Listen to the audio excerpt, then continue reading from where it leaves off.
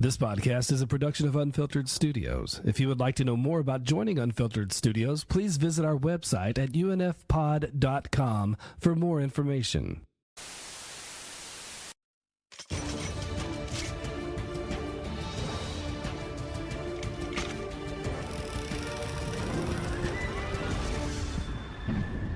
On dark streets, where violence consumes everything it touches, and the innocent live in fear, two men dedicated to justice will follow different paths.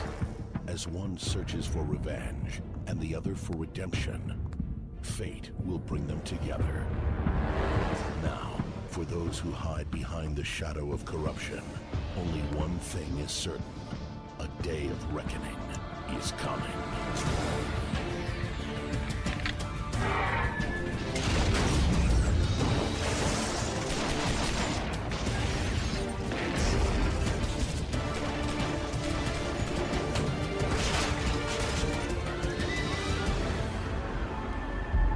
From the director of The Killer and Mission Impossible 2.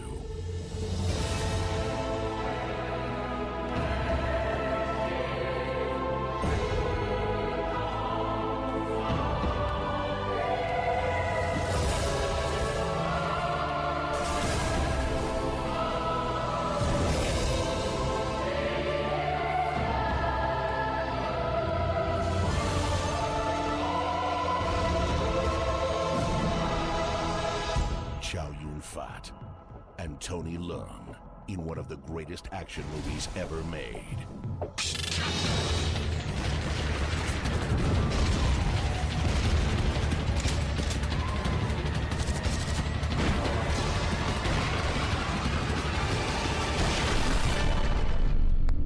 Hard Boiled 2-disc Ultimate Edition. Look for it on DVD exclusively from Dragon Dynasty.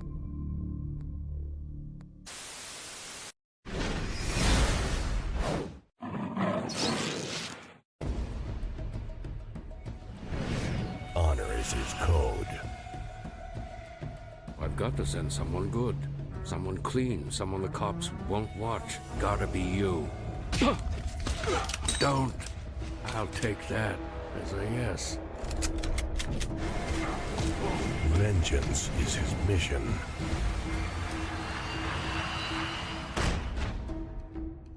Is there no one who can kill this cop for me? I told you not to go in alone. I didn't. Brought my true friends. Bloodshed is his only option. Tequila.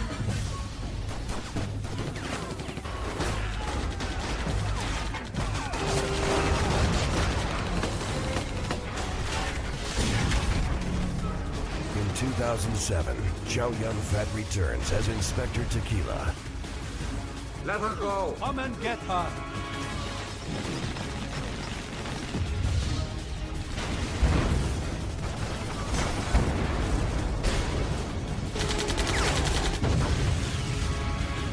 Stranglehold. Coming this August. This title not yet rated.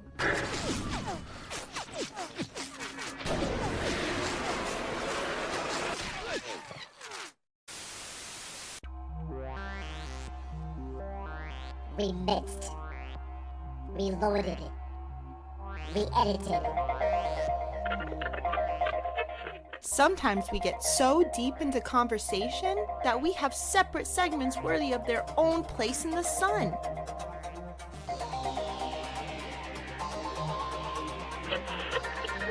Here is a reshuffled mini episode.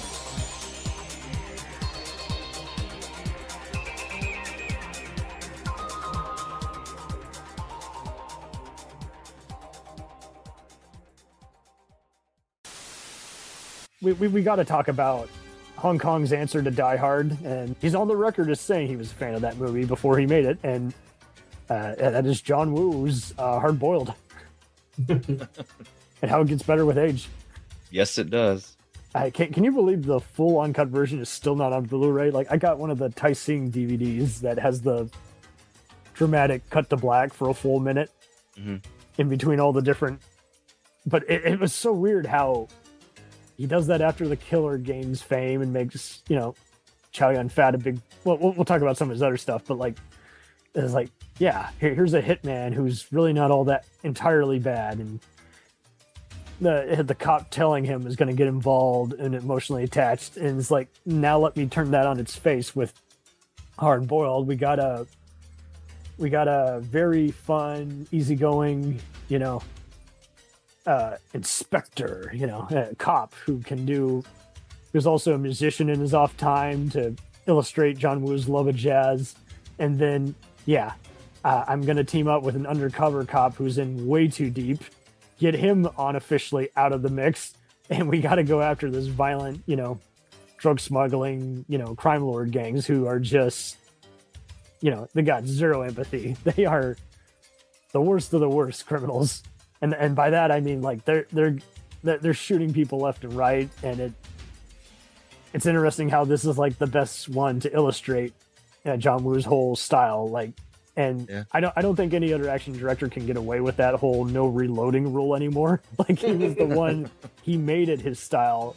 And I think it helped that everything happening around it was interesting, so you weren't nitpicking, But it's hard to explain to people but it is just so funny. Like, I have seen critics note how you get some Hong Kong kind of feel from even watching American movies like Antoine Fuqua stuff, and even Heat, by Michael Mann. Well, what I really love about John Woo and Hard Boiled maybe is that John Woo has never been afraid of just showing off. That's the best way to put it. That's really the best way to put it. He clearly loves slow motion. He clearly loves setting up action scenes. He watched Peckinpah type movies. Yeah, and he wants to show everything. And Peckinpah was rejected at the time, and I get it. He loved spaghetti westerns. But then this kind of goes back to even kind of the whole, which do you prefer, the Seven Samurai or the Magnificent Seven? Yes. It's like, it's the same deal. It's just, it's interesting how you're having to explain to people. It's just, that they're doing something similar, but you get this with Star Wars, how George Lucas, yes, loves westerns and samurai movies, but he also is trying to emulate like just stuff that he grew up reading, like Joseph Campbell and Lord of the Rings. And it's just so funny how until that broke through and he invested it, that didn't make people realize now we can adapt the stuff that previously we didn't think was possible to adapt, And so it is funny how John Woo brings in the whole, you can bring all the bizarre and disgruntled and past their prime heroes and put them in another violent situation and still have killer one-liners that are still funny, even though they are subtitled. It's like, and it's just, and his signature style is, people making paper dubs, or there is dubs, just to show kind of the life in the room. Just even the villains will often be looking at dubs, just showing how they see, kind of like before Tarantino was showing, we can show killers having a dignified conversation before their next, senseless killing. He's kind of introducing that same deal of, these guys go to work and have their own quirks and everything they do, but you and it's not hard to look for. You find something new each time you watch the movies. I think that's why he kind of introduced, I guess, the art house version of an action movie. Hard Boiled. I think Hard Boiled changed the action landscape. It's a new forever. Subgenre, right? It's like the go-to for whenever its influence is still felt today in films, especially like the John Wick stuff, the Chad Stahelski films and stuff like that. Obviously they were influenced by Woo's work. And John Wick 2 alone, when he's going up the escalators, it's like, someone's been watching a lot of Police Story and Hard Boiled. Like we were talking about Jet Li kind of doing Bruce Lee kind of movies, like every other Donnie Yen movie is literally kind of, or Michelle Yeoh movie is kind of a lighter version of Hard Boiled. There's like, we can't outdo the hospital stuff, but we're still going to have an unstoppable like police force who knows kung fu and is going to go up against some very violent like criminals. And I think it's interesting too, like that's kind of American and British audience kind of intro to their Hong Kong's take on illustrating their social commentary kind of in movies, what a lot of their street gangs and gangster villains are like, instead of just having a Hans Gruber or, you know, as To Live and Die in LA equivalent, you know, or Eurotrash villain. It's always, it's a rather fearful, you know, gangster who is also part of a robbery crew, you know. And it is interesting seeing how Tony Leung, and we'll get to some of his other later career, but like how he did a lot of cop, and so did Andy Lau. Like so many of those guys, like that is their version of Serpico or Point Break. You got to have some of them would be based on actual stories. Is like, let's have a cop with nothing to lose who can infiltrate a gang and still get way too close to it. I mean, Andy Lau was actually in this good one. God, what was the name of that? It was one which showed a criminal getting too close. Protege. Yeah, where that's the one with the Into the Badlands actor Daniel Wu, where he's taken down Andy Lau's heroin business, but you're still getting an inside look on. It's like, well, I'm just the supplier. I don't impact people, you know, taking all this drugs, even though I really do. And but giving you an idea of what there's the criminal motive. And I think Hard Boiled was just so well cast with both Mad Dog and, you know, that definitely one of the ones I saw Anthony Wong Chao Zhang in, where I'm like, man, he and Simon Yam know how to be over the top, but still actually very reliable as a performer in terms of showing their lack of empathy, showing their psychotic, you know, killing spree, but also how they got like a plan A, B, and C. And meanwhile, Mad Dog is just, you know, I will kill anybody. And I am cool with how they decided to hold back. It's like, okay, let's cut off. Like there was going to be some other massacres in the hospital and possibly some babies dying. And they said, no. The audience has seen enough innocent people die. Let's not do that. And fortunately enough, they were having that conversation. Now is like, you'll see so many filmmakers either caving to political pressure or not properly like thinking out stuff, and just like, well, there's a reason everyone got all angry. You had so much time to have all these conversations, and yet you filmed all this stuff that didn't work. And it's everybody knew what was working behind the scenes here. They were taking note and saying, okay, yeah, let's do that. And Chow Yun-fat is just, I think he was a good example of, just like all the other action stars who we love, like all the Wesley Snipes, Dolphs, and Arnolds, that Van Damme's, like, you know you're going to have a big body count, and you know you're going to, but you also know you're going to like him. He's going to be an unusual character each time. You know, whether it's a shaman or a, you know, just a authority figure. Sometimes I've seen plenty of movies where he's literally just comedic relief. He apparently started off on TV, people forget, but I'm just like, man, like I would bring other Hong Kong cinema into my parents' house, and sometimes they would get really involved with it, saying, my word, that art direction, those themes, that actor. So I think much like Jean Reno is for the French, like Chow Yun-fat is not only just an instantly recognizable actor, but people want to see whatever he can do.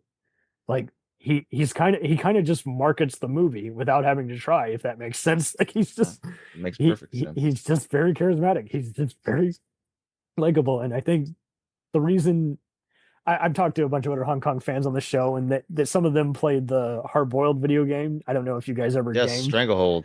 Yes, I mean, that was one where like people hated the story, but they loved the gameplay. They're like, see, that was a blast. Yeah, I'm like, I'd at least be happy that, if anything, I think the Inspector Tequila character is underrated because he's street smart, but he's also, he knows how to sneak in snarky or smart-ass comments while still being serious and you take him serious versus, okay, I'm just watching an over-the-top movie.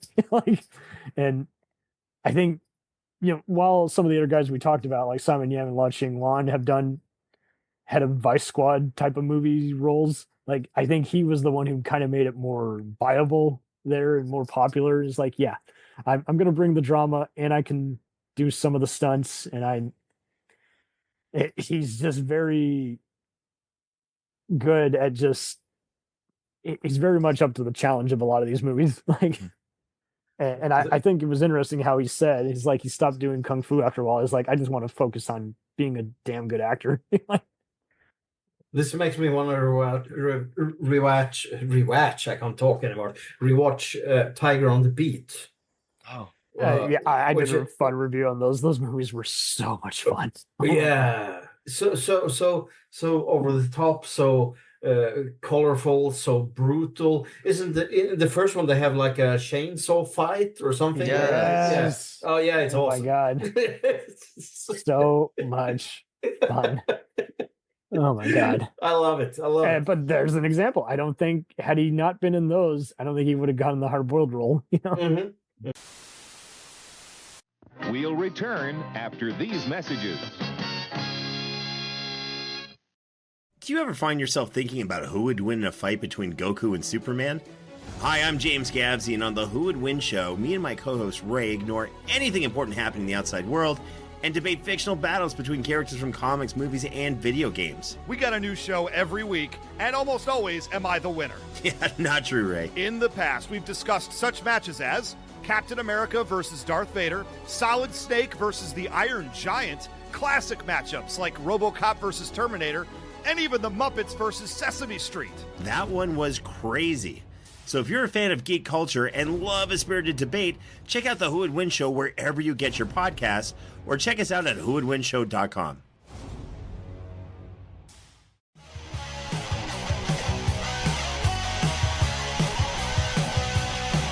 Follow us on the web on Facebook, Twitter, and Instagram. The podcast is available on Podbean, Spotify, iHeartRadio, Anchor, Apple, and anywhere else podcasts are available. Feel free to review our show and leave comments on any of those sites. Thanks a million for listening. It's a jacked up